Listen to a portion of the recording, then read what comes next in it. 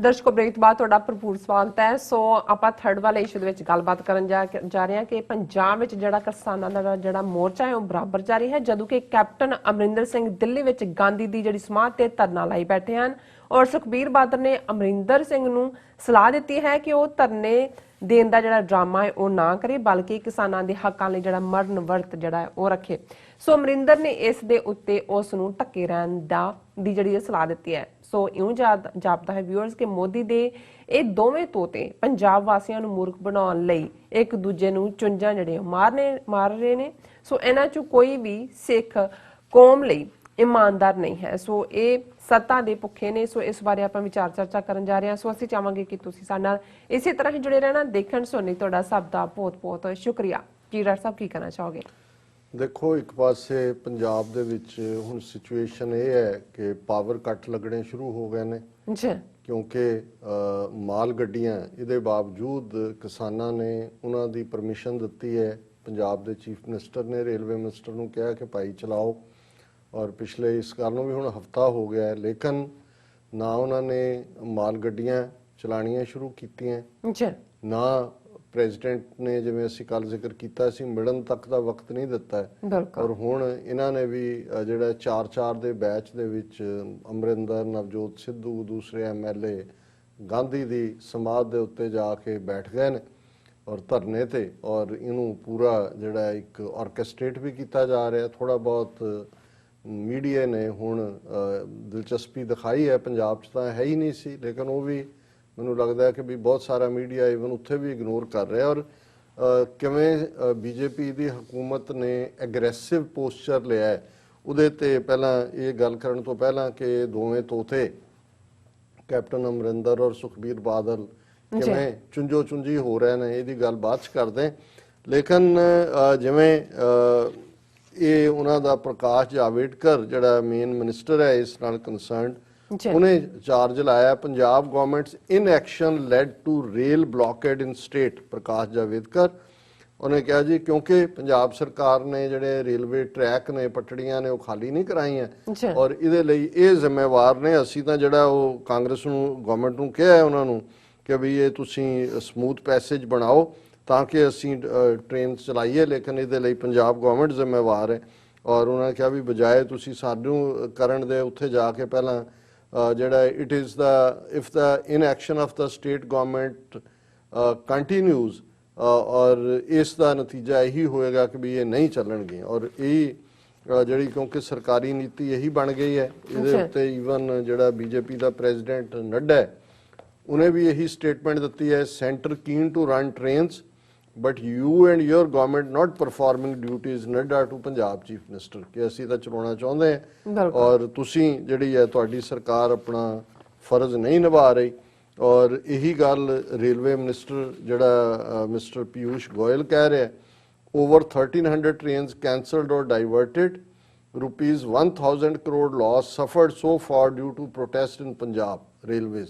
ਉਹ ਪੰਜਾਬ ਨੂੰ ਦੋਸ਼ ਦੇ ਰਹੇ ਨੇ ਕਿ ਜੀ ਦੇਖੋ ਅਸੀਂ 1300 ਗੱਡੀਆਂ ਜਿਹੜੀਆਂ ਨੇ ਜਾਂ ਕੈਂਸਲ ਕੀਤੀਆਂ ਜਾਂ ਉਹਨਾਂ ਦੇ ਰਾਹ ਬਦਲੇ ਨੇ ਔਰ 1000 ਕਰੋੜ ਦਾ ਰੇਲਵੇ ਨੂੰ ਜਿਹੜਾ ਨੁਕਸਾਨ ਹੋਇਆ। ਸੋ ਮਤਲਬ ਇਹ ਹੈ ਕਿ ਵੀ ਜਿਹੜਾ ਵਿਕਟਮ ਹੈ ਉਹਨੂੰ ਹੀ ਕਹੋ ਵੀ ਤੇਰੀ ਵਜ੍ਹਾ ਕਰਕੇ ਇਹ ਸਾਰਾ ਕੁਝ ਹੋ ਰਿਹਾ।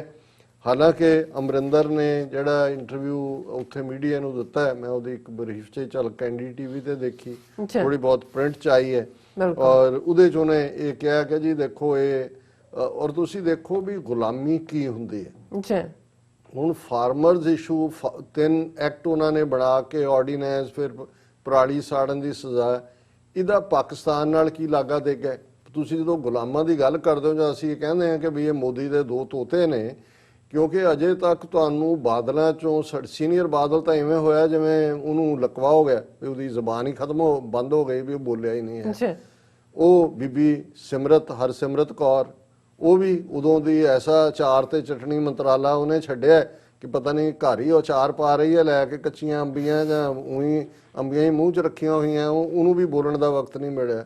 ਉਹ ਦੂਸਰਾ ਜਿਹਨੂੰ ਉੱਥੇ ਹੁਣ ਮੈਂ ਲਫ਼ਜ਼ ਨਹੀਂ ਕਹਿਣਾ ਚਾਹੁੰਦਾ, ਮੇਰੇ ਇੱਕ ਬੜੇ ਸਿਆਣੇ ਦੋਸਤ ਨੇ ਕਿਹਾ ਜੀ ਤੁਸੀਂ ਨਾ ਘੱਟੋ ਘੱਟ ਇੱਦਾਂ ਦੇ ਸ਼ਬਦਾਵਲੀ ਚਲੋ ਸੁਖਬੀਰ ਸਿੰਘ ਬਾਦਲ ਕਹਿ ਦਿੰਦੇ ਆ, ਪਰ ਮੈਂ ਵੈਸੇ ਉਹਦਾ ਜਿਹੜਾ ਪਪੂਲਰ ਨਾਂ ਕਹਿਣਾ ਚਾਹੁੰਦਾ ਸੀ, ਉਹਨੂੰ ਇਹ ਨਹੀਂ ਪਤਾ ਲੱਗਦਾ ਵੀ ਕਦੋਂ ਉੱਠ ਕੇ ਕਿਹੜੀ ਜਬਲੀ ਮਾਰਨੀ ਹੁੰਦੀ ਹੈ।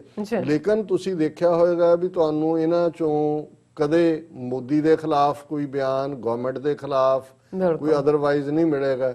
ਉਹ ਵੀ ਕਾਂਗਰਸ ਨੂੰ ਹੀ ਟਾਰਗੇਟ, ਕਿਉਂਕਿ ਜਿਵੇਂ ਮੈਂ ਕਿਹਾ ਵੀ ਇਹ 2022 ਦੀਆਂ ਪੰਜਾਬ ਅਸੈਂਬਲੀ ਚੋਣਾਂ ਦੇ ਉੱਤੇ ਫੋਕਸ ਕਰ ਰਹੇ ਨੇ ਕਿ ਜੀ ਇਹ ਧਰਨੇ ਦੀ ਕੀ ਲੋੜ ਹੈ। ਸੁਖਬੀਰ ਬਾਦਲ ਕਹਿੰਦਾ ਰੱਖਣਾ ਤੇ ਮਰਨ ਵਰਤ ਰੱਖੇ ਅਮਰਿੰਦਰ।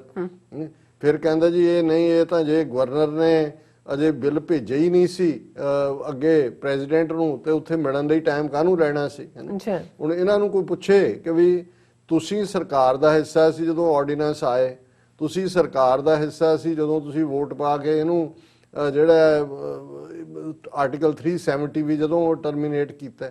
ਹਰ ਫੈਸਲਾ ਤੁਸੀਂ ਪਿਛਲੀ ਅੱਧੀ ਸਦੀ ਤੋਂ ਇਹਨਾਂ ਦੇ ਨਾਲ, ਉਹ ਮੋਦੀ ਦੀ ਪਹਿਲੀ ਸਰਕਾਰ 'ਚ ਵੀ ਭਾਈਵਾਲ ਸੀ, ਹੁਣ ਵਾਲਿਆਂ 'ਚ ਹੀ ਹੈ ਕਿ ਭਾਈ ਹੁਣ ਤੁਹਾਡਾ ਕੁਝ ਕਹਿਣਾ, ਉਹ ਜਿਹਨੂੰ ਕਹਿੰਦੇ ਨੇ ਵੀ ਛੱਜ ਤਾਂ ਬੋਲੇ ਛਾਨਣੀ ਕੀ ਬੋਲੇ, ਜਿਹਦੇ 'ਚ 100 ਛੇਕ ਨਹੀਂ, ਵੀ ਤੁਹਾਡਾ ਤਾਂ ਬਣਦਾ ਹੀ ਨਹੀਂ ਹੈ। ਔਰ ਹੁਣ ਵੀ ਤੁਹਾਨੂੰ ਇਹ ਅਜੇ ਵੀ ਡੀਕ ਰਹੇ ਨੇ ਕਿ ਵੀ ਮੋਦੀ ਜਿਹੜਾ ਉਹ ਆਵਾਜ਼ ਮਾਰੇ। ਇਸ ਲਈ ਤੁਸੀਂ ਦੇਖੋਗੇ ਕਿ ਵੀ ਇਹ ਹਰ ਗੱਲ ਸਿਰਫ ਕਾਂਗਰਸ ਦੇ ਖਾਤੇ 'ਚ ਪਾਉਣ ਦੀ ਕੋਸ਼ਿਸ਼ ਹੈ ਔਰ ਉਹ ਸਾਰੇ ਨੂੰ। ਲੇਕਿਨ ਅਮਰਿੰਦਰ, ਹੁਣ ਅਮਰਿੰਦਰ ਵੀ ਜਿਹੜੀ ਹੈ ਉਹ ਆਪਣੀ ਪੋਜੀਸ਼ਨਿੰਗ ਹੀ ਕਰ ਰਿਹਾ, ਇਸ ਤੋਂ ਬਿਯੋਂਡ ਕੁਝ ਨਹੀਂ ਹੈ।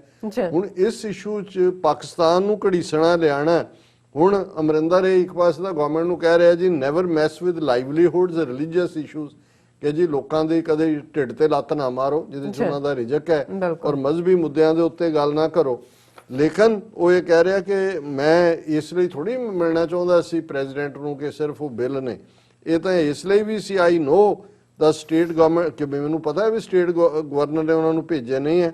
ਗਵਰਨਰ ਤਾਂ ਇੱਕ ਪੋਸਟ ਬਾਕਸ ਹੈ, ਇੱਕ ਲੈਟਰ ਬਾਕਸ ਜਿਵੇਂ ਹੁੰਦਾ ਉਹਦੇ ਰਾਹੀਂ ਉਹਨਾਂ ਨੇ ਜਾਣਾ ਹੈ, ਉਹਨੂੰ ਭੇਜਣੇ ਚਾਹੀਦੇ ਨੇ, ਪਰ ਉਹ ਤਾਂ ਉਹਨਾਂ ਤੇ ਬੈਠਾ। ਪਰ ਜਿਹੜੀ ਗੱਲ ਉਹ ਇਹ ਕਹਿ ਰਿਹਾ, I wanted to brief the president on the emerging national security and food security issues in Punjab where Pakistan is looking to create a trouble. We don't have sacks to store harvested wheat. ਉਹਨੇ ਕਿਹਾ ਜੀ ਮੈਂ ਤਾਂ ਉਹਨਾਂ ਨੂੰ president ਨੂੰ ਇਹ ਦੱਸਣ ਆਇਆ ਸੀ ਕਿ ਜੀ ਦੇਖੋ ਇਹ ਜੇ ਇਸ਼ੂ ਬਣ ਗਿਆ ਤੇ ਜਿਹੜਾ ਪਾਕਿਸਤਾਨ ਹੈ ਉਹ ਮੌਕਾ ਲੱਭ ਰਿਹਾ ਹੈ ਕਿ ਉਹਨੇ ਉਹ ਇਹਦੇ 'ਚੋਂ ਟਰਬਲ ਕਰੇ। ਅਸੀਂ ਕੋਈ ਐਂਟੀ ਨੈਸ਼ਨਲ ਥੋੜ੍ਹੇ ਹਾਂ, ਇਹ ਠੀਕ ਨਹੀਂ ਹੈ। ਅਸੀਂ ਤਾਂ we are here to preserve and not disturbed national unity, ਅਸੀਂ ਤਾਂ ਦੇਸ਼ ਦੀ ਏਕਤਾ ਅਖੰਡਤਾ ਲਈ ਮਰਨ ਵਾਲੇ ਹਾਂ। We know how to shed our blood for the nation. ਤੁਸੀਂ ਕੀ ਗੁਲਾਮੀ ਦਾ ਲੱਖ ਲਾਨਤ ਹੈ ਤੁਹਾਡੇ ਉੱਤੇ। ਉੱਥੇ ਵੀ ਹੈਵ ਮੇਡ ਮੈਨੀ ਸੈਕਰੀਫਾਈਸਿਸ। ਬੱਕਰਾ ਵੀ ਰੋਜ਼ ਕੁਰਬਾਨੀ ਕਰਦਾ, ਕਿੰਨੇ ਬੱਕਰੇ ਰੋਜ਼ਾਨਾ ਹੈ, ਹਜ਼ਾਰਾਂ ਬੱਕਰੇ ਮਰਦੇ ਨੇ। ਬੱਕਰਿਆਂ ਦੀਆਂ ਮਾਵਾਂ ਨੂੰ ਕੋਈ ਸ਼ਰਧਾਂਜਲੀ ਦੇਣ ਜਾਂਦਾ? ਤੁਸੀਂ ਵੀ ਬਣੀ ਜਾਓ, ਬੱਕਰੇ ਮਰਦੇ ਰਹੇ ਹੋ, ਮਰੋ, ਅੱਗੋਂ ਵੀ ਮਰੋ। ਕੌਣ ਤੁਹਾਨੂੰ ਸਟਾਪ ਕਰ ਰਿਹਾ? ਉਹਨਾਂ ਦੀ ਜਾ ਕੇ ਵੇਦੀ ਦੇ ਉੱਤੇ ਆਪਣਾ ਸਿਰ ਤੁਸੀਂ ਕੁਰਬਾਨ ਕਰ ਦਿਓ। We have made many sacrifices and will always be ready to do more, ਕਿ ਅਸੀਂ ਹੋਰ ਵੀ ਤੁਹਾਡੇ ਜਿਹੜਾ ਉਹ ਬੱਕਰੇ ਬਣ ਕੇ ਜਿਬਾ ਹੋਵਾਂਗੇ ਜਿਹੜਾ ਤੁਹਾਡੇ ਲਈ। Some farmers are agitating along some rail lines, but we have assured the center, ਉਹਨੇ ਕਿਹਾ ਜੀ ਅਸੀਂ ਤਾਂ ਕਿਹਾ ਸਾਨੂੰ ਤੁਸੀਂ ਜ਼ਰਾ ਹੁਕਮ ਕਰੋ, ਅਸੀਂ ਤਾਂ ਇਹਨਾਂ ਨੂੰ ਚੁਕਾ ਦੇਵਾਂਗੇ। ਉਹ ਕਹਿਣਾ ਇਹ ਚਾਹੁੰਦਾ ਹੈ। ਔਰ ਇਸ ਸਾਰੇ ਚੋਂ ਕੁੱਲ ਮਿਲਾ ਕੇ ਅਸੀਂ ਜੇ ਇਹ ਦੇਖੀਏ ਕਿ ਉਹ ਹੁਣ ਕਿਉਂਕਿ ਸੁਖਬੀਰ ਬਾਦਲ ਨੇ ਉਹਦੇ ਤੇ ਤੰਜ਼ ਕੱਸੀ ਕਿ ਵੀ ਜਿਹੜਾ ਉਹਨੂੰ ਮਰਨ ਵਰਤ ਰੱਖ ਔਰ ਜਿਹੜਾ ਤੂੰ ਕੀ ਲੈਣ ਗਿਆ, ਉਹ ਉਹਨੂੰ ਕਹਿੰਦਾ ਕਿ ਜੀ I know how to fight for my people, don't need your advice. ਮੈਨੂੰ ਪਤਾ ਹੈ ਕਿਵੇਂ ਲੜਨਾ ਹੈ। ਔਰ ਜਿਹਨੂੰ ਕਹਿੰਦੇ ਚੁੰਝੋ ਚੁੰਝੀ ਹੋਣਾ।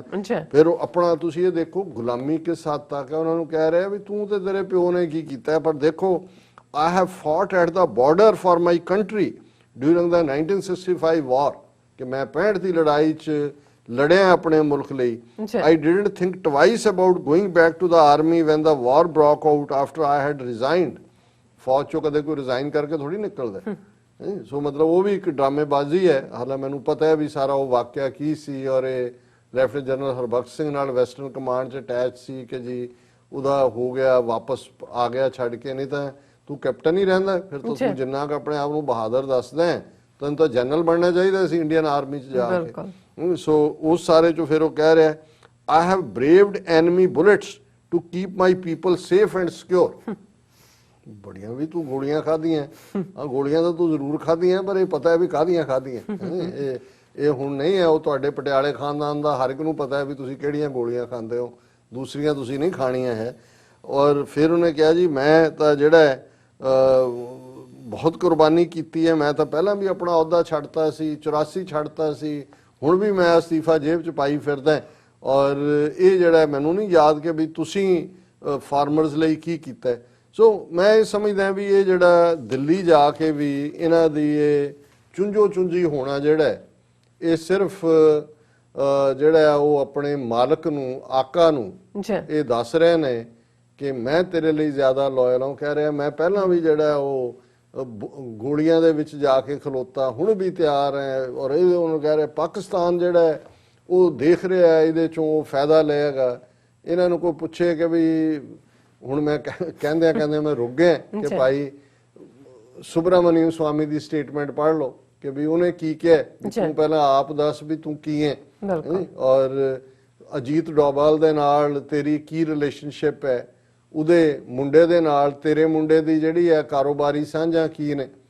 ਸੋ ਕੁੱਲ ਮਿਲਾ ਕੇ ਤੁਸੀਂ ਦੇਖੋ ਇਹ ਸਾਰੇ ਹੀ ਇਹ ਏਜੰਸੀਆਂ ਦੇ ਖੜੇ ਕੀਤੇ ਹੋਏ ਲੋਕ ਨੇ, ਉਹ ਵੀ ਇਹਨਾਂ ਨੂੰ ਲੜਾ ਐਵੇਂ ਨਹੀਂ।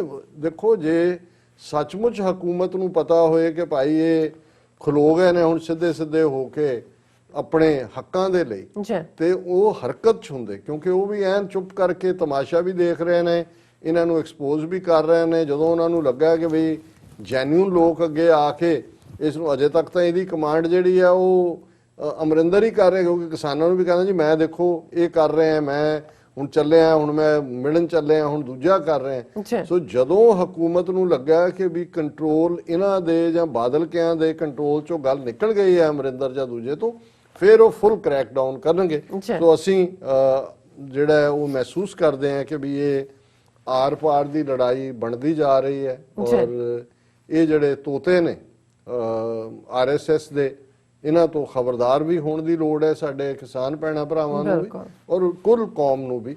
ਔਰ ਅਸੀਂ ਹੋਪ ਕਰਦੇ ਹਾਂ ਵੀ ਅਲਟੀਮੇਟਲੀ ਜਿੱਥੇ ਦੁਸ਼ਮਣ ਬੇਨਕਾਬ ਹੋਇਆ ਉੱਥੇ ਆਉਣ ਵਾਲੇ ਪੀਰੀਅਡ ਦੇ ਵਿੱਚ ਸਾਡੀ ਵੀ ਲੜਾਈ ਜਿਹੜੀ ਹੈ ਉਹ ਫਾਈਨਲ ਮਰਹਲੇ ਦੇ ਉੱਤੇ ਜਿਹੜੀ ਹੈ ਉਹ ਲੜੀ ਜਾਏਗੀ। ਔਰ ਦਰਿਆਏ ਜਮਨਾ ਤੋਂ ਵਾਘਾ ਤੱਕ ਇੰਡੀਪੈਂਡੈਂਟ ਸੋਵਰਨ ਨੇਸ਼ਨ ਖਾਲਿਸਤਾਨ ਵਜੂਦ ਚ ਆਏਗਾ। ਇਸ ਨੂੰ ਇੰਡੀਅਨ ਆਰਮੀ ਜੈਕ ਬੂਟ ਤੋਂ ਅਸੀਂ ਲਿਬਰੇਟ ਕਰਵਾਵਾਂਗੇ। ਜੀ ਡਾਕਟਰ ਸਾਹਿਬ ਤੁਹਾਡਾ ਬਹੁਤ ਬਹੁਤ ਸ਼ੁਕਰੀਆ। ਸਾਥ ਲੈਣੇ ਬ੍ਰੇਕ। ਵਿਊਅਰਸ ਤੁਸੀਂ ਕਿਤੇ ਨਹੀਂ ਜਾਣਾ, ਮਿਲਦੇ ਹਾਂ ਆਫਟਰ ਦਿਸ ਸ਼ਾਰਟ ਬ੍ਰੇਕ।